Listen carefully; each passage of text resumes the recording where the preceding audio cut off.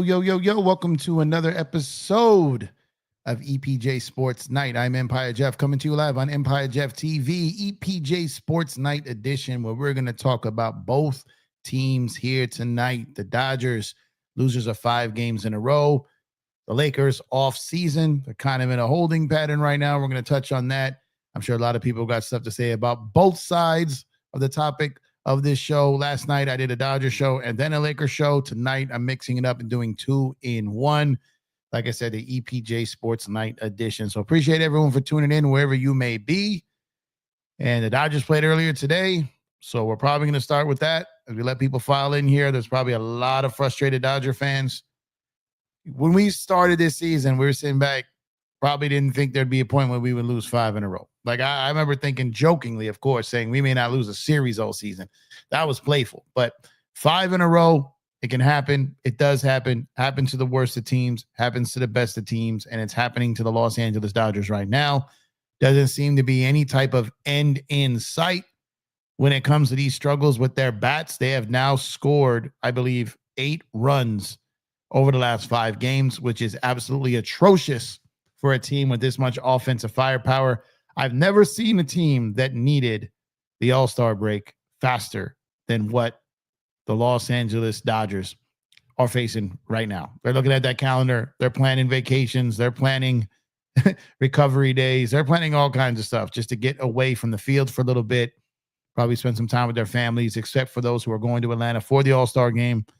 Speaking of, I'm wearing my 2022 All-Star cap here, the one in LA. But such a downer of a week here or so, since 4th of July hit, the Dodgers just fell off a cliff. We came into that Astros series very excited, looking forward to it, pumped up, charged up, and they went out there and kind of just fell apart and just was a complete dud. And they've kind of lost their swagger ever since. They've never really got it back. They haven't put things together. And here we stand, losers of 5 in a row. And like I said, luckily they had a 7-game lead. I think like an 8-game lead in division at the time before they started to go down. And that's probably going to save them as they come out of the All-Star break and hopefully catch some fire. We got Tyler Glasnow going tomorrow.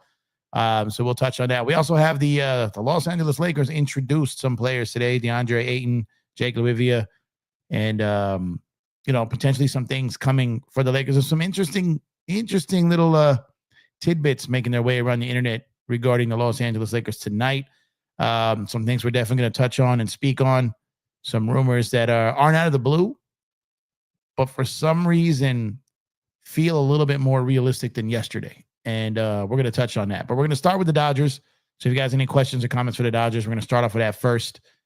Being as they played earlier today, and we'll work in the Lakers. I'm not going to wait till the whole second half of the show to talk Lakers, but we're going to talk about the meltdown that the Dodgers are on right now. Kershaw went out there, gave him a quality start, gave him all he could give. He's had a very good season. Very good season. If you asked anyone coming into this season what they expected out of Clayton Kershaw, they probably would have told you maybe he gets some innings, he'll pitch some blowouts. There'll be maybe like, the bullpen game where he comes in after the fact, gets some innings, get him his 3,000 striked out, and that'll be it. A lot of people did not have him contributing to the season as well as he has. And for his name to be dragged through the mud so much in the last few seasons, and then plus of his injuries, we're seeing Clayton Kershaw relatively healthy, at least for now. And it's a beautiful thing to see Kershaw out there pitching in games that matter and giving quality starts, competing. He was really the only competitor in this game today. Like, he brought it. He did everything he could. He got touched up there, obviously, when they scored that run on him. But when they gave up the lead. But he battles. He battles. He gets out there. He hasn't had the best of games, but he's had numerous quality starts. And I don't think a lot of people had him doing that coming into this season. And I, in all my videos before the season, when I was talking about Kershaw and what I felt he could give us, I got a lot of pushback on it. And I said, I feel like, look, regardless of how you feel of Kershaw, he's going to give us innings this year. And there were moments where he gave good innings last year before an injury. And I said, and I feel like he could probably give us some good innings this year. And I didn't think he would be this good. I didn't think he would, he's not dominant Kershaw by any means, but he's far away from just a waste of a pitcher or a roster spot out there. He's holding his own out there. He's battling, he's competing, he's getting wins, he's getting strikeouts, and he got his 3K. So, but he's been one of our better pitchers all year and one of our most consistent ones. And it's crazy because who would have thought, right? When that happens. But when it comes to the Dodgers, like I know there's a lot of people freaking out online. I'm not freaking out when it comes to them. They worked hard. They got that lead. They got that jump start. They got that head start. And now they're kind of just, look, in a holding pattern. Let's land this plane till the All-Star break and come out. My biggest thing when it came to the Dodgers is I've always felt that August was going to be the month where they took off. I've been saying that since spring training. I've actually been saying that since the offseason. I said post-trade deadline, we're going to see, we'll know for sure who this team is. I had a feeling they do some punting because they've been doing that. They punt some games. They've done that. And we will definitely see what this team looks like after the All-Star break, after the trade deadline. So there's going to be two little areas here. After the All-Star break, how do they come out? And then a couple of weeks after that, the trade deadline. What is the roster and what does the team look like after that trade deadline? And there's a lot of rumors flying around with them. They're tied to a lot of guys. I mentioned on last night's postgame show, I said, keep an eye on a partner that they've had numerous conversations with, and that's the Cleveland Guardians. Just keep an eye on them because the Dodgers have also been linked to and done numerous deals with the Chicago White Sox. But when it comes down to, I think there's some pieces on that Guardian team when you're talking about high leverage relief and potentially a third baseman to help finish the year because, as I mentioned, I'm not entirely positive that we're going to see Max Muncy again this year. And if we do, what is he going to be like? So keep an eye on third base, keep an eye on another high leverage reliever, and maybe even another pitcher. I'm not sure that the Dodgers are even looking for an outfielder. I'm not sure at this point because worst come to worst, you can always put Mookie in right, put Teo back to left, and you can platoon center field. Paez will get the majority of the innings, but you can put Edman there. You can put Kike there. You might not have to really go out there and get an outfielder. I think you're going to probably see a third baseman, a reliever, and maybe a pitcher. Maybe Mookie goes to second. And Edman, and maybe they get someone else at shortstop. I don't know. But I think there's going to be a point towards the end of this season or after the All-Star break where they're going to have a serious conversation when they sit down in their team meetings and when they sit down and discuss the second half of the season. And I'm pretty sure one of the topics at the top of that list is going to be Mookie Betts at shortstop. I believe the Dodgers are a little bit more concerned with him playing shortstop than they're saying publicly. And I believe that there's going to be a conversation about moving him out of there if he continues to be un-Mookie Betts-like. Because if you're the Dodgers, you have to ask yourself a question. What would you rather do here? Would you rather move Mookie down the lineup? Or would you rather move him from shortstop? That's the kind of question you're probably having. And that's probably what they're going to present to Mookie Betts. Like, Mook, we love you. We know what you're capable of. This is taxing you. You're in your own head. You're making base running blunders that you don't do.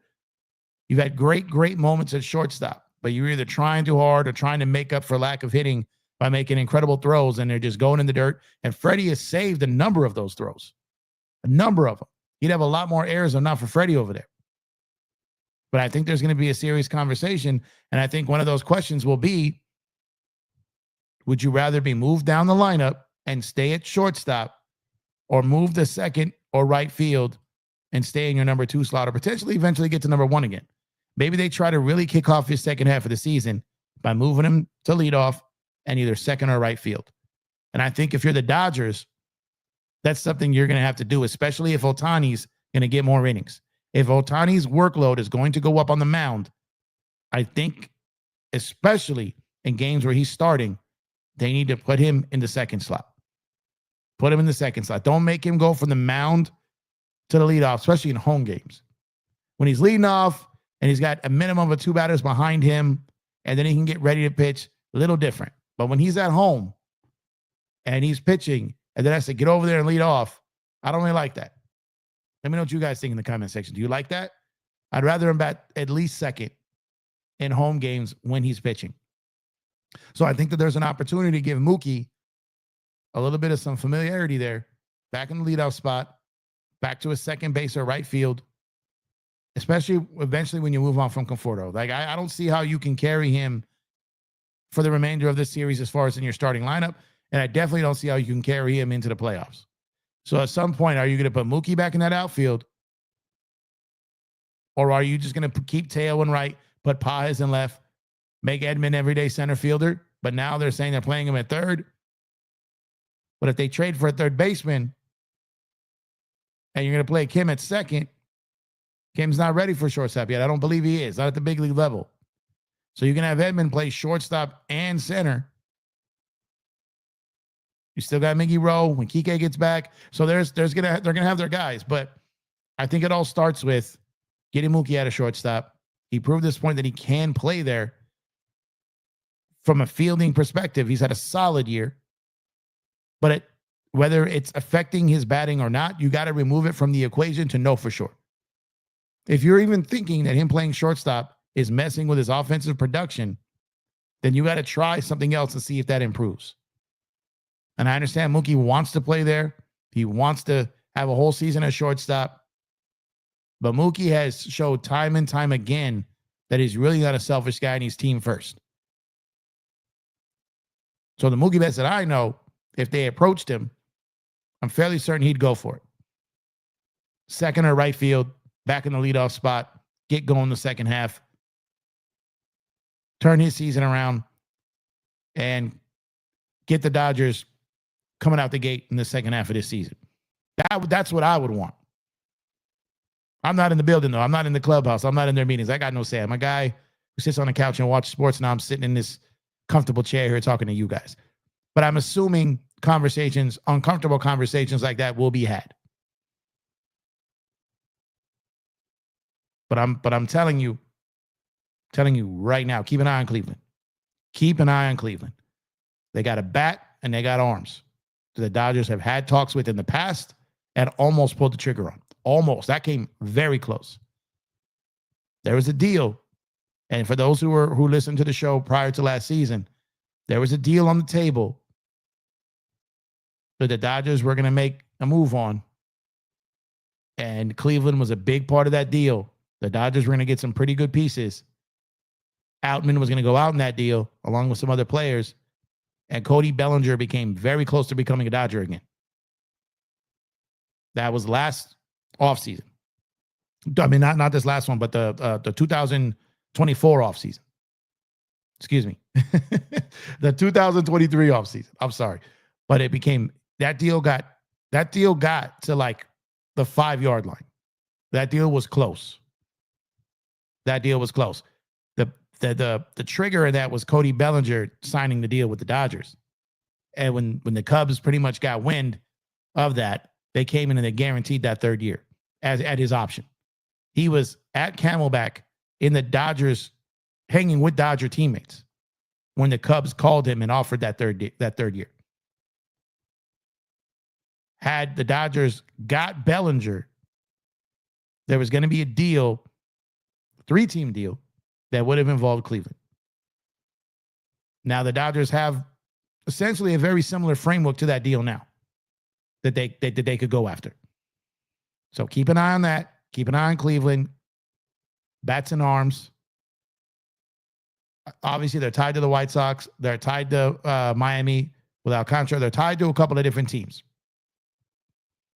But there's almost pretty much almost an arranged framework to a deal that was almost completed already with the Cleveland Guardians. So keep an eye. We'll see what comes of it. Maybe nothing does. Maybe something does. But I would expect the Dodgers to be looking for a full-time third baseman. If they do make a trade for a third baseman, I believe it will be for a long-term guy. I don't believe it's going to be for a rental. I don't believe it's going to be for a stopgap for when Muncy comes back. If they make a move for a third baseman, I think they're going to get a guy that's going to be here for a bit and a guy that they'd be willing to pay. That's what I think. So we shall see. I think the Dodgers are not 100% convinced that these arms are going to hold up, all of them. Glasnow, Snell, Kershaw, Yamamoto, Ohtani, May, Gonsolin, any of these guys. I think the Dodgers have some reservations here of wondering, It's great. We're probably at some point going to get all of these guys back, but are all of these guys going to stay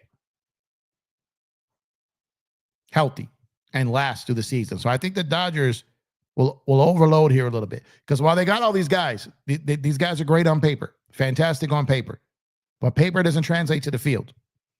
If what you got on paper is sitting in your dugout, not on an active roster, this is something you have to think about. And the odds are probably at least two of them won't be there. So the Dodgers are going to have to act accordingly and shop intelligently when it comes to that. And I think they need to get more arms, look at a third baseman, and get Mookie the hell out of shortstop. Get him out of there. Just get him out of there. Because the second half of this season, I think you're going to see a lot of these guys that have been carrying the weight for the first half of the season. Yamamoto, Kershaw, May, a lot of the bullpen guys. You got Tanner Scott, Vesia, Banda. Like a lot of these guys, I think you're going to see them go on some IL stints just to give them a break, give them some rest. I'm going to talk Lakers in just a couple minutes here, just a couple minutes. So if you're tuning in, if you're hanging on for Laker talk, go ahead and drop your Laker questions in the chat. I'll be talking Lakers shortly. We're talking Dodgers and Lakers tonight. We're going to go back and forth. Right now, we're talking Dodgers. I got you on a few minutes on Lakers talk. A lot to talk about there, including some interesting rumors that are going around today and some things that have kind of already been out there, but maybe a little bit more realistic right now than they were even yesterday. So I'm going to touch on that soon. Let me get to some of your Dodger comments real quick. Brayden, what's going on, man? Appreciate you. I'm going to touch on basketball soon. Appreciate you. Appreciate your drip show. Thank you, man. Chris, what's going on, Chris? Appreciate you, brother. Chris created this graphic, man. Chris, the graphic god, my brother. Appreciate you, man. Make sure this show is brought to you by Fanatics. Make sure to get your MLB, NBA, NFL gear and more. Make sure to use our link to get special discounts, and your purchase also helps support the channel. We've partnered with the good people over at Fanatics, so when you order through them via us, they take care of us because we sent you their way. Great way to help support the channel. You can also become a member to the channel for less than the cost of lunch. You can become a member for an entire month. Tap that join button. Hit the first link in the description to become a member. You can also tap that Cash App $ Empire Jeff. Worst kind of worst, man. If you don't want to do any of that, drop a like. Worst come to worst. Drop a like and subscribe to the channel if you have not done so already. Great way to help to show love to the channel, help push the channel, and we'd appreciate it, man. What's going on, Roy Estrada? Not worried at all. This is the journey we take to the playoffs. Make the playoffs. All bets are off. Regular season record does not matter. We won over 100 games and choked. Last year, 98 games, World Series. Facts. The trios. What's going on, the trios? Dodgers are dealing with World Series hangover. It finally happened. Yeah, I would tend to agree there, man. I'm freaking out. Won't deny it, but I drink. That's funny. I'm not freaking out, man. I believe this team will get right in time for the playoff time. What's going on, sports baby? Appreciate you, man. Let's see. Yeah, I am. I'm talking about him exactly. Hepatitis, see you later. What's going on, my guy? Good to see you, brother. Tail left field, Pie center field, Mookie right field, Muncy third base, Edwin shortstop, Kim Kike platoon second. I wouldn't hate that. I just don't necessarily 100% believe Muncy's timetable. I don't believe the Dodgers all the time with injury updates. I love the Dodgers. They're my team, but I know they be BSing us, right? And they're BSing the league too. Like, you got to think about it. If they're going into trade discussions for a potential third baseman, the last thing they want the league to think is Muncy's out for the year, because that gives that other team all the leverage. So I don't think we're going to know anything on Muncy until 6 to 8 weeks. And then it could be reevaluated and he's out the whole year or another month. Like, I'm not convinced we will see Max Muncy this season. Again, I'm not convinced. The trio says Ohtani needs to bat third when he's on the mound at home. I don't disagree with that. Like I said, when he's on the mound at home, he should not be batting leadoff. I love Dave. I back Dave. I don't like that decision. And I understand he's probably catering to Ohtani because that's what Ohtani wants. But sometimes you got to protect the stars from themselves. Alfonso Lucio. What's going on, Alfonso? I would like Buxton and Correa in a package. Oh, we can't bring Correa here, dog. I don't think we're ready for that. I'm not a petty guy. I'm not a hateful guy. I'm just not sure that Dodger faithful is ready for Correa. Agree with Hep C, but I want Kim at second base permanently and Edmund Rojas at shortstop. Purple and blue and purple, blue and purple. AAA, what's going on, man? We just need to trade AR. We're going to talk a lot about that in a couple minutes here. When I start talking basketball, about under 5 minutes, we'll get to basketball. I'm just getting everyone's. They've been listening to me talk baseball for about 30 minutes here or so, 24 minutes here. So want to make sure I get to some of these baseball ones. What up, Ken Carter? Appreciate you, brother. Lakers Dodgers for life. Salute, brother. What up, Jeff? What do you think is the plan with Conforto moving forward? I think Conforto is pretty much done. I think he's just on borrowed time at this point. I think the Dodgers did what the Dodgers do. They gave him a chance to work through it. They gave him the resources to work through it. They gave him the patience. They showed him love. They showed him compassion. I feel like Franklin in Snowfall. I tried everything. I showed compassion. I think that's what they did. I think that's what Dodgers did. And I think they've turned the page. I think at the bare minimum, I think that he may get DFA'd or moved somewhere else, being an expiring deal for another player. Even if the Dodgers do not trade for an outfielder, I think addition by subtraction of putting Mookie back into the outfield could simply mean the end of Conforto right there. So I think that he's out of here, brother. I think it's just a matter of time. But the Dodgers did what the Dodgers do. They gave him a shot. They gave him a chance. He didn't perform. He didn't take advantage of this extended opportunity. And I think the Dodgers should send him on his way, and I think that they will. Appreciate the comment, brother. Hepatitis says, Jeff, you were talking about 2003, 2024 offseason when it comes to Bellinger and Outman, right? The framework might still be there with Cleveland, but Outman that offseason was coming off a nice rookie year. Well, I'm here to tell you that Outman probably could still be in this deal, but there's someone else that's going to be a little bit of a sweetener there. What's going on, Shando? Appreciate you, man. Empire Jeff. About your entire set. Appreciate you, man. Appreciate you. We're gonna talk basketball in a couple minutes, man. A couple minutes. Stay tuned. Reddit. I don't know. I don't want to butcher this, man. I apologize. FR. I'm just gonna call you FR. Here's my batting order of choice for the Dodgers from 1 to 10 graded. What do you give it? First Mookie, 2 Freddie, 3 Shohei, then Max, Will, Teoscar, Pajes, Kim, Conforto. I don't know if I want Shohei third, maybe in a game where he's pitching at home, but that limits the amount of at-bats he gets per game. Now, it does get him up to bat with better hitters in front of him, so his RBIs will go up, but his overall at-bats will go down. So you have to decide, do you want Shohei batting more times against the same pitcher more often in a game, trying to force that team into their bullpen earlier in the game, and you want him potentially to come up more times and potentially at the end of a game, or do you want to push him back 2 spots in a lineup? That's something you got to think about. That could burn you.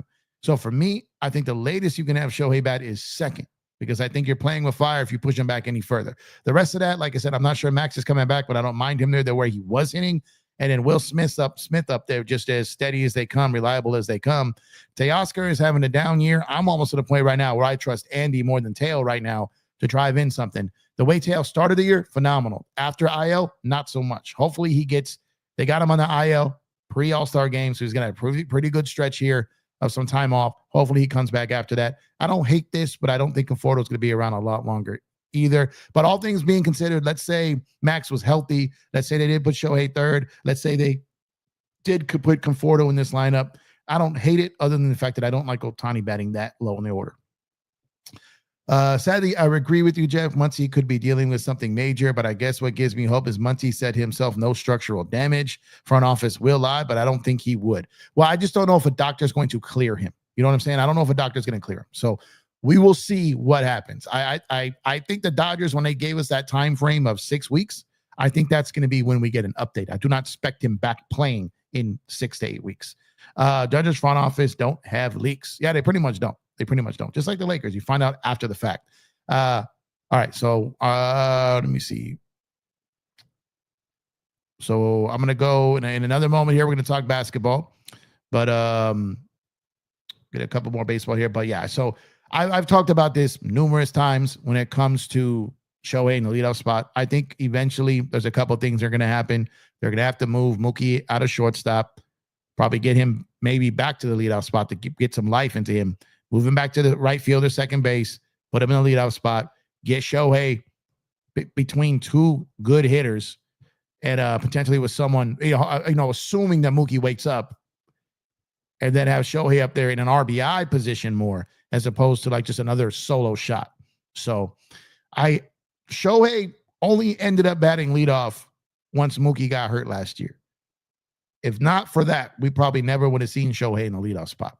And then he liked it. He wanted to stay there. The Dodgers liked having him come to the plate more and potentially get pitchers out of the game earlier, seeing that pitcher a third or fourth time through the lineup with him batting first. So those are the things you have to weigh against the others. So, but I appreciate you guys tuning in for baseball. We're going to switch over to the Lakers right now. I will answer more baseball questions throughout the show. We'll go back and forth, but I'm going to switch over to the Lakers because there's some interesting stuff that's kind of popped up today that I think is more realistic today than it was yesterday. Now, I'm not saying these are things that are going to happen. I'm not even saying they're likely going to happen. But yesterday, maybe the day before, I probably would have been like, hell no. It's just not. But this isn't even like an internet rumor thing. This isn't even a like reporter talking on something that I'm picking this up from.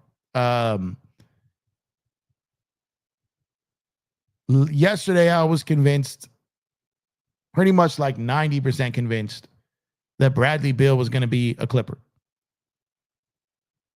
I was pretty much 90% convinced of that. Now, if I had to guess, I probably would still have them with half their ass in the driver's seat, kind of hanging out the door. They got a cheek on the seat. I heard something interesting today, and at first I kind of just like, I don't get it. I don't get it unless, and then the unless kicked in, and it's what I talked about last night, is the Lakers may have, and I don't know who. I do not know who. Don't know who, don't know where. I don't know. I don't know. But the Lakers, from what I'm understanding, have a target in mind if they move Austin Reeves. I don't know who that target is. I tried my best to at least get a confirm or deny just from throwing out names. So I don't know who that player is. But remember when I was telling you guys yesterday that the only way it makes sense that if Bradley Beal signs with the Lakers would be if they move Austin Reeves or LeBron. Really, one of those two would have to go. I think more likely it's Reeves. So when I asked that question today to someone who's pretty, let's just say they got a pretty decent track record on this stuff. And when I asked, they basically said, yeah, you're onto something. The Bradley Beal thing wouldn't be more than likely wouldn't be just to have him come off the bench. He wants to start, and AR is not going to come off the bench. So pretty much what I was talking last night, I can't say was confirmed because there's no guarantee this is going to happen. But the consensus thought would be that if they do sign Bradley Beal, then they would look to move Austin. And from what I've heard today, they have a target in mind. Now, they don't know if they can get this target. And I don't even know if they've talked to the team about this target, the other team. But all I'm telling you is the two names that I thought I would have bet completely against yesterday, and I'm not even sure that I would still bet on them becoming Lakers, but I would have for sure bet the house yesterday of them not becoming Lakers. And that was Bradley Beal and Marcus Smart. And from what I heard today, and this means nothing because I'm only as good as conversations I have. I have no idea. I'm not talking to any teams, obviously. I'm not talking to any players involved, obviously. But from what I heard today from someone who's pretty good at getting intel, he's been doing this a very long time, is that the Lakers are in on both those guys more than I thought. Because he said, why would you assume they wouldn't be there? I gave my reason. And he schooled me. Basically, he schooled me. And he broke down a couple different reasons as to why, which I can't speak on because if it pops up, if he, puts it out there online, that it's going to reveal who it is. But he laid out a very good case as to how and why the Lakers would do it and why, and how this could be something that sets off the Lakers for another couple years before 2027. And it would be someone that they would take on past 2027 in a potential AR move. I try to ask him, would this be like a massive, like, would they be getting, he goes, it's obviously not a superstar, not a star, but a very, very good player that would be what I did get out of it was a type of player the Lakers have been looking for a while. A type of player the Lakers have been looking for a while. And I specifically asked about Marcus Smart. I'm like, there's no way they trade AR for Marcus. He said no. And I said, okay, would they be trading for Marcus, or is he getting bought out? That's what I'm trying to figure out. Is Marcus Smart an option via buyout, or is it trade? And that I don't know. But all I know is the Lakers had their eyes on both those guys, Marcus Smart, Bradley Beal, and a potential Austin Reeves move for a type of player the Lakers have wanted for a while. Type of player. So I'm assuming a wing.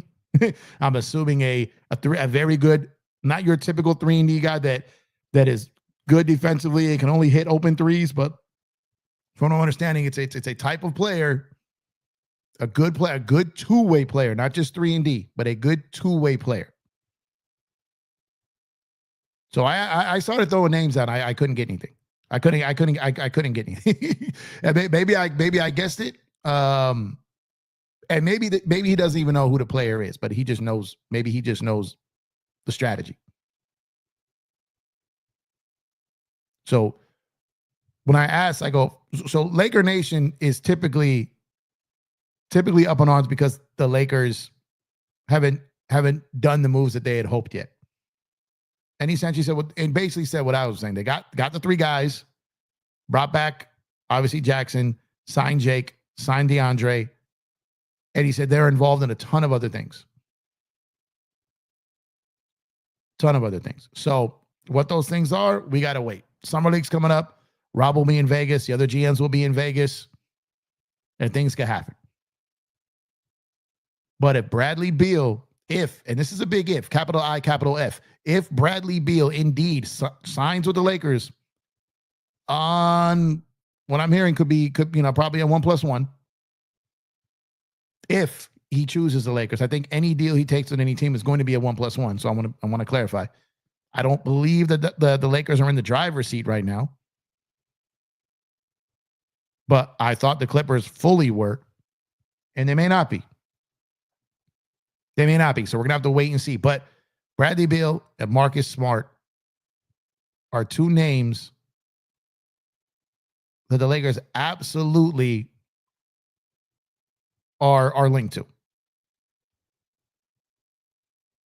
And that would be very interesting because Marcus Smart in and of itself in that type of move, even if you think he's lost a step, even if you think he's not the same level of defensive player of the year that he was before, he's leaps and bounds better in the backcourt defensively than a lot of these guys that we'd be pairing next to Luka. And it's not even just the defense. It's the playoff pedigree. It's the toughness. He's a vet. He's a dog. And there's always something about those gritty guys that played on the Celtics that the Lakers get later on that lead to championships. Leads to championships. Rick Fox, Avery Bradley, Rajon Rondo. Why not Marcus Smart? Especially on a buyout, boy. If you can get Marcus Smart on a buyout, whoo. But it's very interesting. I think the Lakers, I said this yesterday. I said I didn't really know, but I still don't really know. But I'm becoming more convinced by the day that the Los Angeles Lakers are more than willing to move Austin Reeves if they get their guy.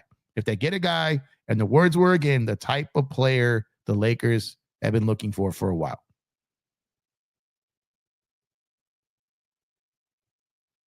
So if that's the case, then we might have something going here. We might have something going here. All right. Now, where did I finish off? Okay, I'll get back to this one. You said, how'd Rui be as a baseball player? What could you see? I have no idea. I think he'd strike out every time. Baseball is so damn hard. Adam, what's going on, Adam? DJ Stewart, in my opinion, has showed up in every summer league game. It was his worst game today, but still a good one. Sign him to a two-way. I mean, maybe they will. I didn't watch it today, so I can't even front. Maybe they will. I've heard good things about him, but I don't. When I talk about the Vegas League and the California Classic League are two different leagues. Let's see how people look in Vegas and kind of go from there. I think Friedman will make a Godfather offer for Skeens. Pittsburgh won't do it, but it will be a deal that they at least won't laugh them off the phone and will think about it. Maybe. I will never say never again. Never. Never when it comes to moves. Let's Talk Podcast. What's going on, my guy? My dog, Jeff. Salute, bro. Y'all go like, subscribe, and hit that noti bell. Absolutely. Make sure to subscribe to the channel if you have not done so already. Become a member to the channel if you have not done so already. Bare minimum. Drop a like on the video. Let's just do a like count. Let's do a like count. Oh, man. Come on, man. 22 likes. Man, where is yet? Where's Ron at? Acknowledge me, please. Come on, man. I'm up here doing all this work. I'm rarely this consistent. I'm like on my third or fourth day in a row here, man. Come on, man. We'll work for likes. Come on, man. Just give me some likes on the video, dogs. Come on, man. Come on. Help your guy out here. Help your guy out. Appreciate you. Appreciate you, Monte. Kane Carter says, what's a player in the league you think should retire? I'm not going to say it because I'm going to get killed. The trios. The Lakers will not beat OKC. No need to discuss anything. It's hey, look. Maybe that's true. Maybe it's not. But I'm not scared of OKC, though. I'm not. They're good. Give them their credit. I am not scared of OKC at all.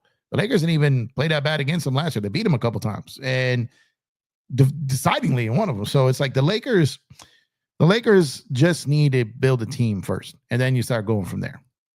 What's going on, Roy? Keep an eye on Baltimore and the Red Sox. Yeah, that's true too. That's true. Alfonso said, I said Korea because Dodgers will play Astros. Who else to help take out the Astros? They already played the Astros, though. Now, if they play them in the World Series, that'd be a little weird.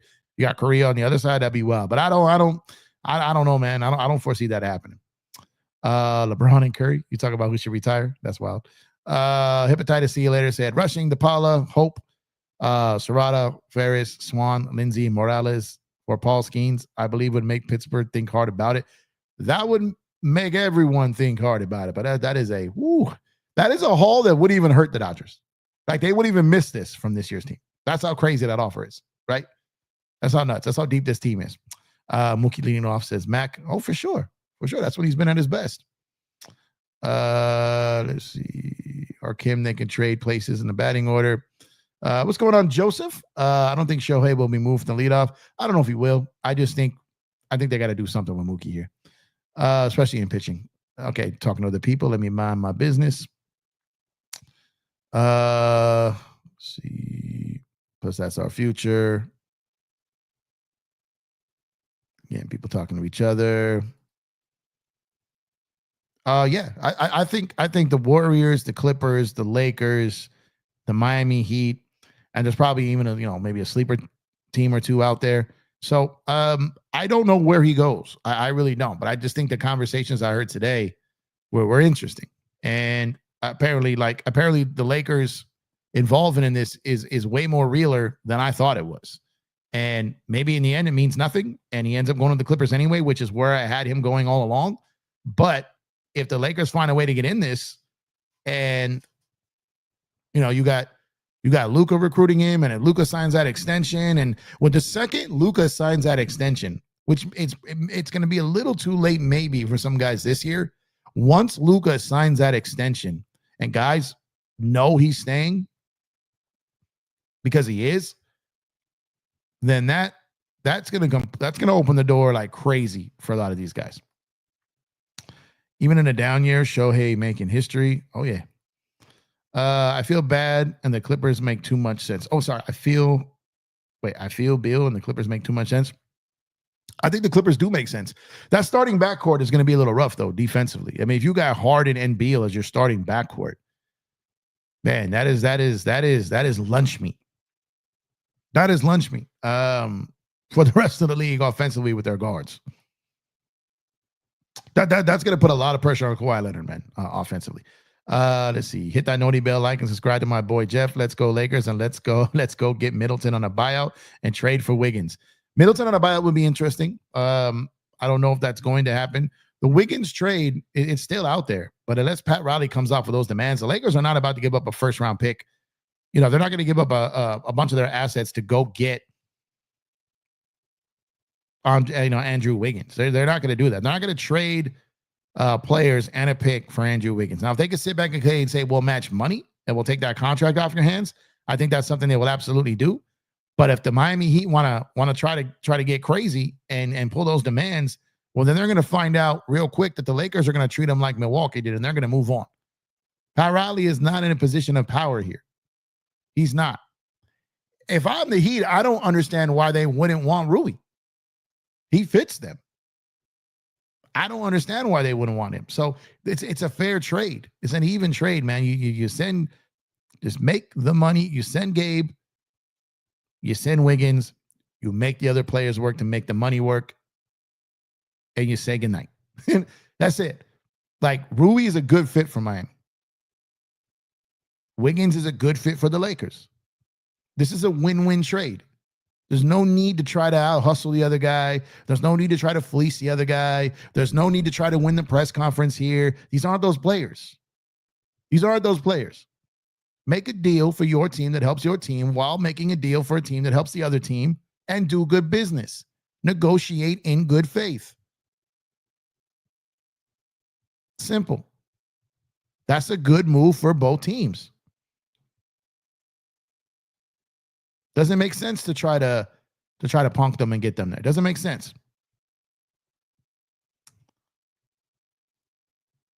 If the Lakers truly do land Beal on the minimum, that can signal a Reeves trade. They already have some doubts about paying him the next offseason. Yeah, that's what I'm saying. Like, if you see Bradley Beal sign with the Lakers, and I still think the Clippers are the favorite. I still do. Even with some information I got today, I still think the Clippers are the favorite. But the Lakers are more serious about this than I originally thought. They are. Talking to each other, me mind my business. You see Herb Jones. Like I said, that one's going to be a weird one with the Pels, because I think the Lakers don't want to give them another pick, and I think the Pels don't want to. The Lakers would want to pick if they're making a move like that with Austin, and the Pelicans are going to want to pick for giving up those guys. So I don't know who blinks in that scenario, but it is Joe. So everyone calls Rob, gets on Rob, but you got what's going on in. I don't know what the Pelicans are doing. Joe Dumars might be the worst executive there is, and maybe Rob can get him. Maybe Rob can pull that off, because I've seen them do moves that make absolutely no sense. Roy says, when our bullpen comes in, it's never a good feeling. The opposing team bullpen comes in and they shut us down. Yates is a risk. Man, Yates started the year so well. And then he went on that first IL stint and came back. But he's I have a feeling he's going to turn it around, though. Stephanie Curry, what's going on, sir? Get Conforto off this team. They're working on it. And I think that's sooner rather than later. Lakers Dodgers for life said, Jeff, I'm a little concerned with Luka, LeBron, and Reeves defensively. We saw what happened this year. I think we need to get more defensive minded. This I agree. And that's why I'm saying that. Like the Lakers, I think, are more than willing to move Austin Reeves if they can get that two-way guy. And I think the Marcus Smart noise makes sense to help with that. So the next coming days, will be very interesting, to say the least. All the GMs are going to be in Vegas, and I don't care what anybody says. I've been to Summer League. I've been in the building. I've been in the place. I've seen Rob talking with tons of executives, laughing, joking, giving daps. No issues. No issues. Woj basically shut down that narrative of people don't like or don't want to do business with Pelinka. He shut that down. He came out, he did it on the podcast with Rob. They were kind of laughing at it. So again, that is a false narrative. But people want to hold on to it. That's cool. That's cool. Now, this doesn't mean that just because Rob has better relationships in the league than people think that he's going to get a deal than we all love. That doesn't mean that. But it just takes away the narrative and that bullet that they try to fire that no executive in the league likes Rob. Because that's BS, and it's been BS for a while. I'm not trying to just name names. I want pure fits. Yep. Am I the only one that doesn't hate Hayes as a backup big man? I mean, Lakers fans act like every playoff team has Kareem on their bench for a backup 5 spot. No, especially when they were all running wild talking about the no trade clause. And I got cursed out so many times for saying that wasn't going to happen. It says right here, they're going to get it. Like, bro, the deal isn't signed yet. He has veto power of that veto trade feature that provision within the CBA. He has the veto power. And the amount of players that waive it, either at the time of signing or waive it at the time of the trade, is almost all of them. So anyone that knows the business of basketball other than narratives and articles or tweets, or if you're learning the CBA on YouTube, if you're learning the CB4 thinking it's CBA, then nah. This was never going to happen where Jackson Hayes was going to have the right to deny a trade. Wasn't going to happen. This was very simple. We're going to get you Ayton. You're going to reward Jackson Hayes for having a better year 2 than year 1. You're not going to give him the mid-level. You're not going to give him a minimum. You're going to give him the max you can give him without the biannual, which would trigger his bird rights if you keep him throughout the year. And if he improves on year 3, from year 2 to year 3, like he did from year 1 to year 2, then we'll talk a little bit more money in year 4 because he'll have his bird rights and you can go over your cap to sign him. This is simple math. And if I believe that Jackson Hayes will end up being our 3rd big, and if Jackson Hayes is your 3rd big, I think you have a decent big man rotation finally. That's just my opinion. Am I right? Who knows? Please, no names, no star hunting, go for fits. Well, that's what I'm talking about. I think they are going for hits. Lead down to 5 and 6 games. Yeah, I mean, when you lose 5 in a row, you're lucky they're not losing a division. If Roberts doesn't do anything about the Dodgers batting order and doesn't move the defense around to the right most profitable positions, they won't start winning games anytime soon. The bats just got to wake up, really. That's all it really is. The bandwagon. What's up, Cuba? Jeff, the bandwagon says the Dodgers better win before he switches to another squad. Tell them to clean that issue. What's up, Cuba? Marcus Smart is too wild. He can be wild, but he's getting a little bit older. He's becoming a more vet. That's the thing, right? And I think, playing on this team, being back in a situation where he could be potentially playing for a contender, if the Lakers build this roster out right, I think he could adapt. I think he could adapt for sure. We talked about this last night. I think that would be a great get for them. I don't know if it's possible, but I think that would be a great get. I would love to add Marcus Smart. We need players like that. We're too soft. We need more dogs. We need more. It's funny because a lot of people wouldn't consider Marcus a two-way player, but he's a guy that can score 20 from time to time, and he's a guy that can give you all he's got defensively. Even if he may not be as good as he was before, he's still better than what we got in that role. I'll take Smart over Gabe Vincent. All facts. Jalen Brown. Yeah, that's not happening. No way that's happening. Bandwagon, you mean Otani? Let's see. Yeah, that's not happening. Yeah, that's definitely not happening. He said the Zorro. Let's see. Never mind. I'm behind in the broadcast. Oh, okay. Catch up. What's going on? Patty Wagon just got in. Wants to recap about the Lakers, bro. I mean, I may have touched on it already by the time he did that comment, but the Lakers are out here, as I've been trying to say the entire offseason. The Lakers have pretty much came into this offseason with the goal of getting what we can in the free agent market, and I think they've done well. They got Ayton, right? They got Jake. They retained Hayes, and it was always going to be, I felt, getting back into the trade market and getting yourself something, whether it be for Rui and Gabe and Maxey, Vando and Gabe, whatever it is that you can get that money up there above $18 million and getting a player that can help you contend. And that's all I've been hearing is that the Lakers' main focus, now it takes two to tango, in some cases 3 or 4 teams to tango to pull off a deal. But everything that I've heard from the end of the season till now is that the Lakers are being aggressive in the trade market. Now, Rob is very methodical. He's very patient. He does not make moves. Now, whether that's a good thing or a bad thing, that remains to be seen for this offseason. But Rob isn't a guy that's just going to go out there and make a trade just to do it. He's not going to do that. If anything, he won't make a trade. Maybe even a trade that would be almost okay. He's not going to do that. He holds on a little too long sometimes, but he does wait for his deal. He does wait for his deal. You know, there's a story. No. I'm going to save this for another show because this is wild. This is wild what I heard, what almost happened in 2018. Well, excuse me, 2019 trade deadline. So, Rob, when I say that Rob's ability to sometimes be patient and wait out for his guy has benefited him more than it's hurted him outside, of the Russ trade. Now you got you obviously you got the JHS debacle.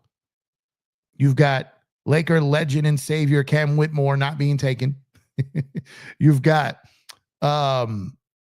situations, where people hold on for dear life about Pelinka. But there's a lot of things that he's done good, and there's things that he passed on that would have been catastrophic that he didn't do. Now, he did do the Russ thing, which was catastrophic. So he wears that. But his ability to wait out AD is why they got AD, to be honest with you. So not that he was waiting out for Luka last year, because I don't believe for a second he knew about that. Prior to, Nico obviously hitting him up to grab coffee in Dallas. If you take them at their word. But he was waiting. He wasn't going to give up. He wasn't going to give up the farm for DeJounte Murray, and he shouldn't have. No matter how much Laker Nation wanted him to do it, he wasn't going to do it. And he shouldn't have. He wasn't going to give up everything under the sun for the Altuve of the NBA in Trae Young. Wasn't going to do that. He waited it out. He was patient. And due to his patience, he got Luka Doncic. Now, you can say whatever you want about, they delivered it to him. They delivered it to him. He didn't make that move. So you mean to tell me that the Boston Celtics didn't get Kevin Garnett because Danny Ainge and Kevin McHale were boys? Huh? That didn't happen? But it's okay when they do it. It's okay when their homies hook them up. That's okay, right? That's okay. That's okay, right? Yeah. How soon we forget. Revision is history. Lakers played OKC well without a starting big man. Yeah, I'm not tripping on OKC, man. I'm really not. Congrats to them. They won a chip. But I'm not worried about them. Lakers got assets and expiring contracts and Dalton Connect and picks and swaps. I'm adding to that. What are some hypothetical Reeves trades you would do? What's going on, Hollywood Boom? Two-way player. A guy that can score, a guy that can defend would be something I'm looking at. Something like a Derek White, Mikal Bridges, something of that cloth. You think this offseason might be the rare offseason the Lakers and Celtics help one another. Don't think AR will go there because they got Simons. I've heard that Simons may never play a game as a Celtic. We'll see about that. We'll see. He may get rerouted elsewhere. So I'll tell you this, though. I said this last night. I mean it. Reeves fits in pretty good in Boston, if you know what I mean. I can see why Boston will go after him for on and off the court. I can see it. The Dodgers going to be fine. I know that. I know that for sure. I'm not sweating the Dodgers. Hepatitis See You Later says, I want Wiggins. Pat Riley does us a favor since he got his statue. Takes Kleber, Vincent, connect with no first for Wiggins. I think there's a chance that still happens. I think there's a chance that deal has some legs, but they're not. The Lakers are not giving up a pick for that. No, nor should they. But I think that deal could have some legs for sure. Watch Beal stubbornly staying. That would be wild. It makes no sense to, though. He's still going to get paid. He's going to be able to pick his team. Like, I think he's getting bought out. Stephanie Kent Kirby says, I love Kim, but one thing I've been noticing is that he swings at a lot of high balls. Yeah, this is why I kept saying when everyone wanted Mickey Mantle Kim out there every night, every day, I kept saying he's not ready to play every night, every day. He's not ready for that. But he's out there, so we'll see. Kane says, Joker didn't sign his extension. Yeah, well, for a couple of reasons. One, he gets more money by waiting. And two, he's applying pressure to this Denver team. He wants to make sure that they give him what he needs to compete, not just now, but later. And they probably already knew that, which is why you saw the flurry of the moves this offseason. Apart from what you had seen in the previous season where they were just letting guys go. So you're seeing moves here, and clearly this was with Joker in mind. So yeah, he's holding them accountable. Too late for who in Paja? I don't know what you're talking about. Beal to the Clippers makes sense because it will help them sell tickets. That's why. Yeah, no, it does make sense. But and again, I had them clearly in the driver's seat. I had them in the driver's seat, and they may still be for sure. I trade Rui and Vando for Wiggins. So would I.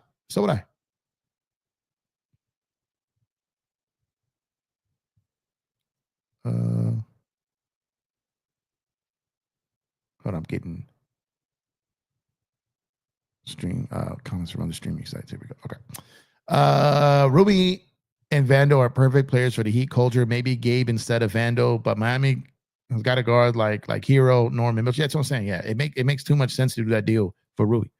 Lakers Dodgers for life says, I've been wanting Wiggins since last year. I think Wiggins could be a good fit here if he's healthy. And I understand he went through some personal issues, and I think people forgot what he can contribute to a team. He's not that old. Like, I think Wiggins can still be a decent player on a playoff team. Been saying Riley is a weird GM, low-key washed. Yeah, I think he's still trying to live in the old NBA. Vando needs to get a wing that is not complete zero on offense, and he might go. Also, as far as a chest-to-chest big, look at Mitchell Robinson. Yeah, he's also another guy that's always hurt. Often hurt. And that's what you got to worry about, right? So we'll wait and see. Make sure to drop a like on the video, guys. If you have not done so already, subscribe to the channel if you have not done so already. You can become a member to the channel. Let's do a like check. We got 30 likes on the video, man. Come on, y'all. We need to get to bare minimum 50 likes by the end of the video, man. Come on. It might not happen. Maybe it's unrealistic, but come on, let's go. Drop some likes on the video. I'd appreciate it. Let's see. What's going on, Miguel? Jeff, why do you think Jokic denied the extension? Does he maybe plan on retiring early, even though how he does it? No, you probably heard my response to that before I got to your comment. But he's more than likely just gonna hold the Denver Nuggets under pressure and make sure they do what's best for his career. Let's Talk Podcast says, do you think we keep Vando? I just think the offensive limitations limits the minutes JJ will give him on the court. I think Vando's time that he gets to play will be dictated by his health. If he's healthy and he's out there and making an impact for a stretch of time where he can get into a rhythm and get some chemistry and cohesiveness with an offensive unit, then I think you have a chance. I just don't know if I can ever trust Vandal to be healthy enough to get that. That's pretty much what I'm saying. What's going on, Victor? Appreciate you, man. He said, what's up from Guatemala City? Go Lakers. Appreciate you, brother. Shout out to Guatemala City, man. Hope you're all doing well out there. Appreciate you. Lakers should try to make moves for Chicago, bro. They're such a dumb organization. Try to steal something from them. And then they might. No decision on Horford yet. Time goes by. I think he could take the minimum. Here's my thing with Horford. I don't necessarily think he's hunting out the biggest money. I mean, he's got paid. He's won. I think he's trying to see what these rosters look like. I think maybe he did have interest in Golden State, but they've done nothing. He could be waiting out to see what they got. Now he's looking at that Lakers situation. He's like, okay, they got Ayton as number 1. They got Hayes as number 3. If I go in there, I could be a number 2. I can be their pick and pop big, their vet big. I think that's a good trio. I think that's a good spot for him. But he may be waiting to see who he's going to be playing with for sure. He may be waiting to see that. At the end of the day, we need depth. We will make a trade. Yep. Trip Show says Joe Dumars can keep a job. Can't lie. Yeah, man. This dude just be getting jobs, man. What's going on, Victor? Again, shout out to Guatemala City again. AAA says AR cannot be part of the starting rotation. I don't give a damn who you got out and get defensively. Go out and get defensively. If he's included in the lineup, they're going to lose. I don't love the Luka AR backcourt from a defensive standpoint at all. Even if you put someone in there like a Vando who would help if healthy defensively, it's going to be tough. You really, really need a guy that can guard playing next to Luka in the backcourt. You really, really do. I'm hoping we trade that ultimately upgrades our roster for us to contend this year when we have Luka. We're all hoping that, brother. We're all hoping that. You can't have 3 of 5 guys on the court not playing defense. Luka, AR, Braun. You might be able to get away with 2 of 5, but definitely not 3 of 5. Yeah, I agree. Austin Reeves is an average defender. He's not a cone like some of the Lakers fans claim. He's not a cone, and he does give effort and he does compete. The problem is he just doesn't have the physical abilities, especially against the bigger, stronger, quicker guards. So then again, nobody does. Nobody can stop him. But the problem is when he does attempt to play defense and he's ineffective, he's burning all that energy, which then affects his offense. So he doesn't have the length. He doesn't have the athleticism. Doesn't have any of that allows him to recover when he gets burned on defense. So while he's not the hot garbage,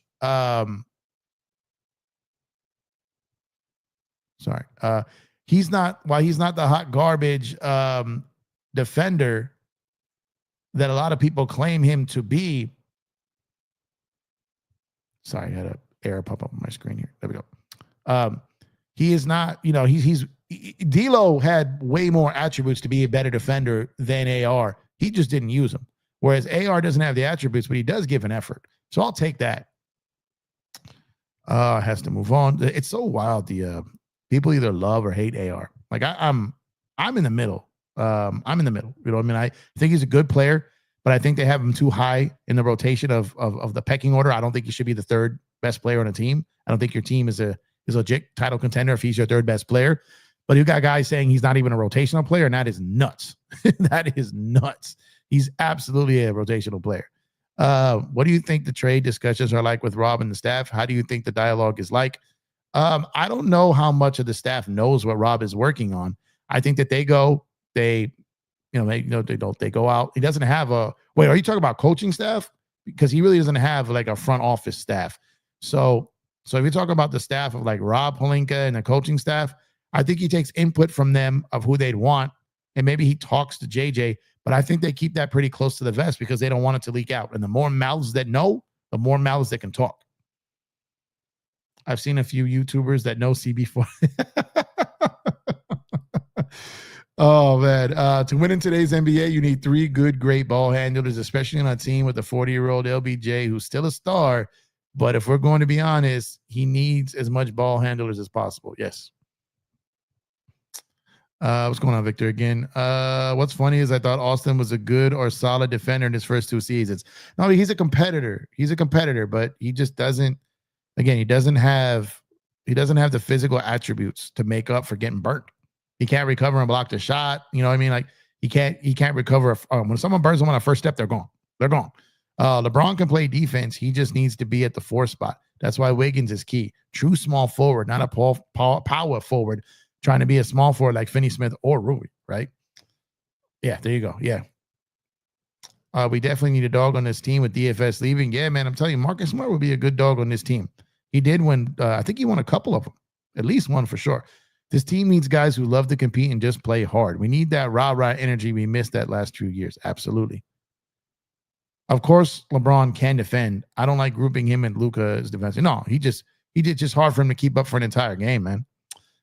We got one from Kick here. Says, go Golden State. Look, they're a good team. Golden State is a good team. They kind of, tailed off towards the end of last year. But I think, if they stay healthy last year, I just don't know what moves they're going to make. They haven't joined the party yet. So we'll see. We'll see what moves they make and then go from there. How do you feel the Westbrook trade changed the front office? I mean, it brought a ton of scrutiny and it dented their reputation for sure. So there was a lot of people who knew that trade wasn't going to work off the top, right? They never should have made that deal, even if their stars pushed for it. How they approach moves also, it affects the relationship with LeBron. I think they're past how it affects the relationship with LeBron. I can say this with a fair amount of certainty that when that deal was constructed, it was essentially said that if we do this, because mind you, I'm not removing the Lakers or Pelinka from blame here when I say this. I want to be very clear about that because he had all the power to tell LeBron and AD no. He had all the power to do it. He already had a deal with Sacramento. It was locked and loaded and ready to go. And he did that other deal because Braun and AD pushed for it after they had Westbrook over to the house. They talked with them and they went and pushed the organization to make the move. Rob had the power to block it and stop it and not do it, and he did it. So they all share that blame. It's not simply on Braun. It's not on AD. It's not on Pelinka. It's on all of them. But from my understanding, when that went down, it's like, look, if we do this, and it doesn't work, we're not selling our souls to get out of this right away. We're not. And they didn't. Because that trade was just a nightmare from the get-go. Said, go Padres. Oh, this guy just everything but LA, huh? Let's see. Whitmore is the next Kawhi. Come on, Jeff. The Laker fans in the draft, he was. The Laker fans, when they didn't pick Cam Whitmore, man, these dudes act like they lost the Super Bowl. You think any other GM making a Russ-like move gets fired? I'm shocked the Suns GM wasn't fired. Nah, there's bad trades all the time, man. Bad trades all the time. Brogdon healed Turner trade for Russ and 2 picks was on the table. I'm glad he didn't do it. Yeah,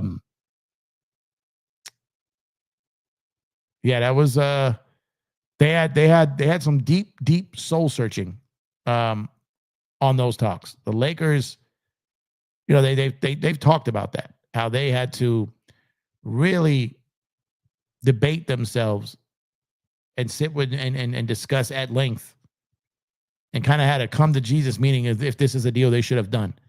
And they eventually decided not to do it. I'm sure Rob feels great now that Clutch Sport 8 running the Lakers. I mean, so that's just another point to it too. Like Rob has had to navigate through a lot of things in his tenure, right? He's had to navigate the Magic era. He had to navigate, the Clutch Sport era. He's had to navigate the Lakers organization not having the money to spend like these other billionaire owners. He's had to navigate some ways. Now, I don't know how long he's going to be with the Lakers when the new ownership group takes over. I don't know if or when they remove him. I don't know if they even give him a shot. I don't know. But I would like to see him get a chance with a functional and an organization with unlimited resources. Now, I'm not sure they're going to give him the chance. They're going to come in. They spend $10 billion for this. I don't know if they're going to let him potentially have an offseason where he can set them back. But I do think it's going to be interesting to see what happens with him. Very interesting.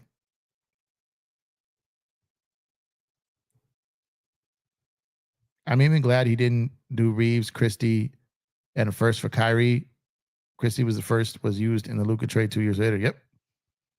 Purple and Gold, what's up, my guy? Hey, Jeff, what's your opinion? The Lakers tax, you think it's for reals? Salute to you. Appreciate you. I think there's definitely is a tax, but I also don't think that comes with the territory. When you got all these players wanting to come play in LA and play for the Lakers, the teams aren't going to be happy about that. And they'll be like, look, you're taking all of our players when they're free agents, or you get these stars. So you want us to give you something. You're going to pay tax on the dollar. When you pay the luxury tax, you're going to give us something too. But there's also, teams don't just do it to the Lakers. Like we've seen some. I've seen the Knicks. Look at that Mikal Bridges. Look what that trade cost. Like, look at what some of these deals go for after you see them linked to some other team. It's not just the Lakers. The Laker tax is real. I just don't think it's as exaggerated as people think. There's also just the Lakers weren't going to pay it. Everyone said that DeJounte Murray was Laker tax. No, Utah just paid the price that the Lakers, not Utah, excuse me. The Pelicans just paid the price that the Lakers wanted. That's all that was. The Lakers didn't want to give up the amount of picks that Atlanta wanted. Pelicans did. That wasn't a tax because the Pelicans paid the bill. So the narrative is kind of different. It's kind of different. You see Jokic declined his contract extension. What if we get him? I did see that, Legend. I don't know if that I'm not going to say that means he's leaving. I'm just going to say that's him keeping pressure on the organization, which he should. Remember those awful Russ moves? They wanted Ben Simmons, then Kyrie moved the Brogdon one. Who can forget the iconic Buddy and Miles? Fans legit wanted John Wall. Yeah, the crash out section of Laker Nation. You just can't even be surprised anymore. Bro, I think Jamal Murray can be moved. I can see them doing that now that MPJ is gone. He makes too much money, isn't worth the bag. If he can't get back to what he was the year they won the chip, then yeah. But we'll see how he starts the year. Lakers fans were simping for James Enos back in 2022. Yo, they still doing it for Stanley Johnson, bro. They're still doing it for Dwight Howard. They're still doing it for JaVale McGee. They're still doing it for these dudes. Hold on to people that the game is left already. It's just so wild to me. AAA says AR was the only player on the team that does not fit. Why not trade him? I wouldn't say that. Who's better right now, Mavs or the Lakers? Let's see how the Lakers finish up. But I think when it comes to the Lakers and Mavs, the Lakers have the best player of the two teams, which matters. And I think the Lakers, if they, Kyrie, I don't know why people are assuming Kyrie is going to play next year. There's no guarantee. I keep saying this. There's not. And he said it the other night. He wouldn't bet to hold his breath on him being back next year. Now, if he does come back, it's going to be towards the playoffs. So Kyrie tore an ACL in March. That's a year recovery without any setbacks from ramp up. And then you got AD. Respectfully, he's going to miss probably at least 20 games. You got guys, your two best players. Cooper Flag is a rookie. Now, even if he comes in and it has a great rookie year, who knows? Who knows how that impacts the winning? So the Dallas talk, let's hold off on that. So right now I'm going to say Lakers. If you had 3 bad tires and 1 bad tire with a nail in it, why would you place the good tire instead of the one with the nail in it? AR doesn't fit as the call. You called AR a tire with a nail. That's wild. Okay. Put the same thing. Okay. You put the thing like 3 times. I read it the first time, bro. Oh, whoa. You put it 4 times. Put it 4 times. Did he keep going? Spazzed out. Reeves fits the Lakers extremely well. LBJ and Luka need a ball handler off the floor. On the floor. Yeah, he went in on that take. Joe Porter. Who did this? Yo, who did this? Hold on. I don't know if Joe's still in here. Oh man, I gotta screenshot this. Hold on. Who did this?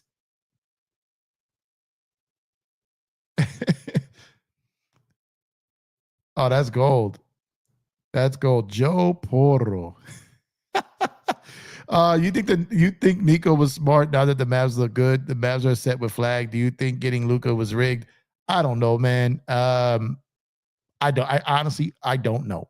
The optics look crazy, but I don't know. As far as the Mavs being smart, Who's to say they still couldn't have got him with Luka if Luka was going to be hurt and miss games more and Kyrie got hurt? So who's to say they don't end up in the lottery anyways? They had before with those two. Oh, man, that was funny. To those mentioning Brunson and Kyrie next to Luka, let me ask y'all, did they win? No. The answer to your question, you can't have Luka and Austin in the backcourt together. The sixth man is a better role. I agree. They're just not going to do it because free agent year. Carter Bryant, what's going on, Carter? Who's better, SGA or Luka? I think a lot of people right now would say SGA, MVP, champion, scoring title. I think when it's all said and done, I think Luka's going to be on his revenge tour next year, and I think he's going to take that back. This guy just hates Austin, man. If the Lakers let go of Reeves, don't get another ball handler, Lakers won't go far. 40-year-old LBJ won't hold up for a full season. He needs great ball handlers and creators. Problem last season wasn't Reeves. Didn't have a big man. Yeah, that was more of a problem. Rudy Gobert and Randall looked like Hakeem and Shaq. Facts. Oh, that Joe Porro was comedy, man. So that was one of them. With Walters, I'm hoping more basketball minds are put in the front office to help Rob and maybe see outside the box sometimes with the moves. That's definitely going to happen. Bet on that. Who's bet? Okay, so I answered that. Black Mamba. What's going on, Black Mamba? Need more youth on the team. DJ Stewart, Darius Baisley balled out tonight despite being in the G League. They bring energy. Yeah, they're just not going to get any minutes on the team, though. Lakers Dodgers for Life says, it was your choice. Who would you prefer, Beal or Wiggins? I would take Wiggins. He can defend. Bradley Beal is a pretty one-dimensional player. He doesn't even run off screens, right? He doesn't come off ball screen. He gets the ball and he goes to work. He just kind of stands around when he doesn't have the ball. I'm not bashing him. I'm just saying I think Wiggins can bring more value. Yeah, Bradley Beal is probably going to average more points if he's starting. But I think what Wiggins can bring as a fit to this team, I like it a little bit more. Hell, I wouldn't even mind AR as a six-man like Ginobili as long as he is in a closing lineup. Yeah, I just don't think he's going to take that in a contract here. Especially for bigger teams like Minnesota. Yep. Yeah, the John Wall thing was wild. A lot of Laker Nation stuff is wild, bro. I'm telling you, the crash out portion of Laker Nation is, there's times where it's funny. There's time where it's annoying, more annoying. But the crash out is good. Joe said I'm here. Yeah, the Joe Porro killed me, man. Who is that guy going on your show? Is he one of your chat bots? That's wild. The Joe Porro. Westbrook at a first. Oh, sorry. Westbrook at a first for Mobile, Terrace Ross, Gary Harris, and Fultz. What are the things you want to see improve from Luka's game outside of being faster? I want to see his catch and shoot game quicker, less step backs, more floaters, middies. They're better shots. I want to see him get more and ones. He's big enough. He's strong enough. Get to the cup, get guys in foul trouble, get more and ones, and make the free throw. I want him to start punishing people. He's got the size. That's what I want to see. I'm just not a fan of step backs. No, I hear you. Oh yeah, so he's in the chat. So, what type of season? Like, it's looking more and more. It's looking more and more like we potentially could have a special season coming up for Luka. I mean, it's looking like it. It's looking like it. I just think his mentality, I think his approach to the season, I think his health, I think his fitness, I think his diet. I think Luka could have a career year next year. Again, maybe I'm wrong. I just think it's very possible. What do you guys think? What type of season do you think Luka's going to have next year? What's going on, Alex? If Rob leaves Summer League with no trade, think that means the teams this season. I think that's the team this season. Maybe we'll see. In what way do you feel like the team camaraderie can help you go far in the playoffs, like Miami in 2023 and Denver last year, or at least farther than predicted? Oh, it's a big thing. Camaraderie, chemistry, cohesiveness, bond, brotherhood, skill set, talent, grit, intensity, defense, rebounding, all that matters. But you know what brings that the most out of people? When a team is connected. When a team is connected and that chemistry is there, when that brotherhood is there, that means the effort is there more than you would typically see. That extra dive on the floor, that extra effort, that extra bounce for a rebound, that extra pass. sprinting down court. All of these things are a byproduct of chemistry. Now, some players have that no matter where they play, but it's a fact that not all do. So when you have chemistry from the players to the coaching staff, that gets displayed on the court. You get to see that. Chemistry is something you can see and feel. So when a team has that, it's a gift.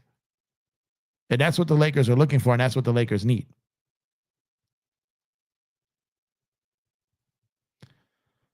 I'm taking the Marcus Smart. Yeah, that's what I'm saying. Like I heard earlier today that that's more realistic than I thought it was. Now, doesn't mean it's happening. But I went in kind of like, being my sarcastic self. like, oh yeah, Marcus Smart, Bradley Beal. And I got hit with the hold on, Jeff. Hold on. Oh, okay. This is me shutting up. Rare. Right? So we'll see. I still don't think I still think it's a longer shot. But I'm opening the door a little more than I had it open yesterday. Luka, AR, Braun, Rui, Ayton. That's a physical lineup. It could be physical. What's going on, Bridges? It's a physical lineup, but not a lot of lateral movement there, which I do worry about. I wouldn't mind Marcus Smart. Call me crazy. I can low-key see Bronny James do better in random spot minutes this year, like Jordan Goodwin. That's realistic. I also think a guy like Marcus Smart is someone that Bronny James can benefit from. Look, if the Lakers are going to have him, they're paying him. If there's going to be a point where they play him, then I'm obviously hoping he's able to perform. So a guy like Marcus Smart is a guy that Bronny James could potentially model himself after. I doubt it, man. Last year should have been Luka's career year after being traded and called fat. If he didn't have a break on season, then he's not going to now. He wasn't in shape and wasn't healthy, bro. So that the body couldn't do, but probably what the heart and mind wanted to do last year. We haven't had an MVP since Kobe. Long overdue. MV Luka 2025. Yeah, facts. Because I've seen many talented teams burn out faster than teams that may not be talented but have togetherness and toughness and been binded through adversity. Yep. Marcus Smart would be a great fit. He would. For example, in what ways do you feel that helped Denver beat the Clippers last year, even though the Clippers were probably the deeper team? Well, that team was also together longer, right? The chemistry, they probably can finish each other's sentences on that team. Let's Talk podcast says, from the video and press conference from Ayton and a motivated Luka, I think this season will be around 50 wins again. I think we'll be a solid team this year and better. I think we will be better. We have a big. As long as he's healthy, we're absolutely going to be better.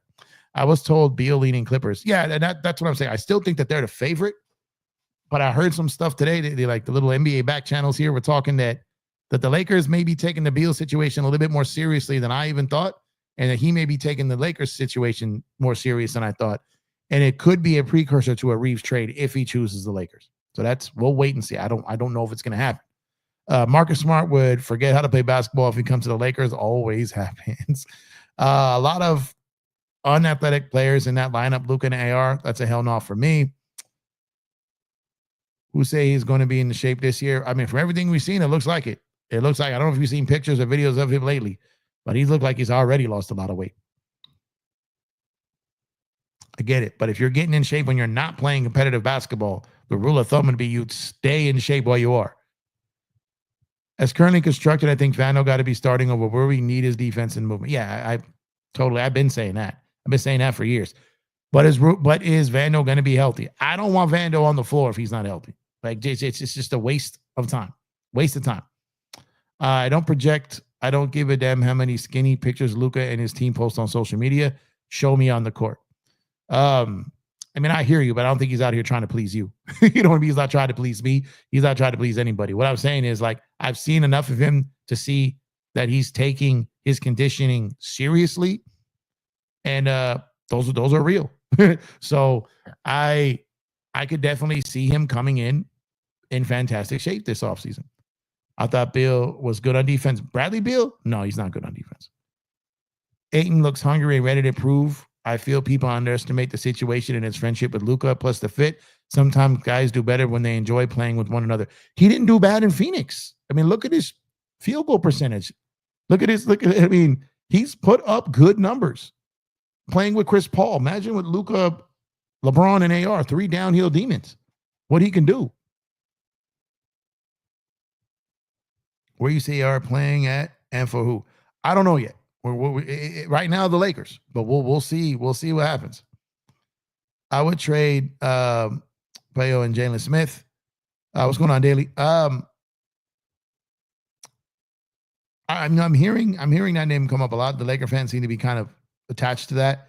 But we'll see if they've even talked to them about it. Beal has wanted to be a Laker for a long time. If they don't get him, that means he wants a bigger role. Yeah, he probably wants to start. And if the Lakers, that's why I was saying, if they do get Beal, it's probably a precursor to an Austin Reeves trade or a LeBron trade, which I think is less likely. Do you think, let me see, trade with possibility with the Pelicans? Possible, but I wouldn't say likely. Remember all those weirdos last season who defended that D'Lo Reeves backcourt and were trying to say downplay the defense deficiencies? Yeah, without without Vando in there to bail him out like he did the year before that, it wasn't going to happen. I think Bazley is a good replacement for Vando. Bazley would fill a good small forward backup. After Braun leaves, who do you believe would be the ideal but realistic star to pair with Luka? I mean, I don't know. I mean, like a Giannis Luka duo would be crazy. Joker obviously probably would be the best, but those I don't know how realistic they are, right? So, but it's hard because the league is going to be in a transition these next couple of years, and I think you're going to see guys moved all over the place, and the Lakers are going to be part of that. Do you think we will re-sign Ayton if he plays? If he plays great, yes. AR is not him, but for the right trade, like a legitimate wing and bruising 5, I'll let him go. A 30-year, that's a little too much. No, I hear you. But again, when you see what money people are going to be getting next offseason, you're going to see guys that may not be better than AR making $40 to $45 million. So $30 million for Austin Reeves. When you see some of this money, you're gonna think twice about it. They didn't lose because of defense. They scored fewer points in the game than anyone but Orlando and Miami. Well, yes and no. They scored 100 points because they were just dog tired for running up and down the court trying to catch these other guys and stop these guys from scoring. So it does. They were worn out for those bigs just eating their lunch. So offense and defense go hand in hand. When your defense is great, that could really trigger your offense and get you out and going. So when your defense isn't getting you steals, isn't turning them over, isn't getting you in transition, isn't stopping them from second chance points, then you're probably taking 15 to 20 points off your box score. So I definitely disagree with that. Defense, if you have a good defense, that could easily add 15, 20 points to your offense. If we get Bill, wouldn't shock me the Lakers to play AR the 3. I don't think so. Where does Giannis go next season? I don't know yet. I think Luka and Amen Thompson would be a great duo. I can see that. Dan Inspiration. What's going on? If Ayton plays well, I see the Lakers picking him up. Yep. I like AO, and I also want to call Pacers about Nembhard or Neesmith, just the way their season might go, and especially with having to pay one of them. Yep. The only way AR gets his hands on $30 million in contract is by printing one of them from Google. I disagree. It's kind of a known thing that multiple teams around the league are willing to pay that. Multiple. And these are credentialed NBA people who have talked to teams and executives. So this isn't me on YouTube. This isn't someone else. Austin Reeves is going to get paid. He's going to get paid. And the Austin Reeves haters are going to have to sit back and watch that because he's going to get paid. He's going to get paid big. Jake's contract will be guaranteed by July 22nd. If he doesn't, is it 22nd or 20th? Why did I think it was the 20th? Detroit has wanted AR. I'm sure they will want him, but who knows? He will get paid, bro. I promise you. He will get paid. For anyone that sit up here and act like Austin Reeves is trash, that's crazy. That's just agenda driven. That's agenda driven. I, again, don't think he's the third best option on the team. I think they have him too high up the order. But he is a surefire rotational player and a good player. Lakers Twitter twerking for Bazley does not look good. Lakers Twitter it's a cesspool. I'm not talking about you. I'm saying there's a lot of haters. There's a lot of Austin Reeves haters. I don't even know you, so I can't speak for you. I'm just saying I'm seeing a lot of people out there just constantly bashing him for no reason. Yeah, see, they won't even admit that. You know what I mean? That's what makes it difficult. Like, how serious can you take them if they can't even admit that portion of it? Because that's wild. But on that note, guys, I'm going to go ahead and shut it down for the night. I appreciate y'all. I'm Empire Jeff. This is Empire Jeff TV. Make sure to drop a like on the video if you have not done so already. Subscribe to the channel if you have not done so already. Dodgers lose 5 in a row. Lakers may be in the works for something as they head in the summer league. I'm excited for both of these teams to get back on track. So hopefully when we talk again, maybe we have some news. So y'all enjoy the rest of your night. You guys have a fantastic Wednesday. Appreciate y'all for tuning in, spending time with me. And I will catch you guys on the next one. And as always, go Lakers, go Dodgers. I'm out of here. Catch you guys on the next one. Peace.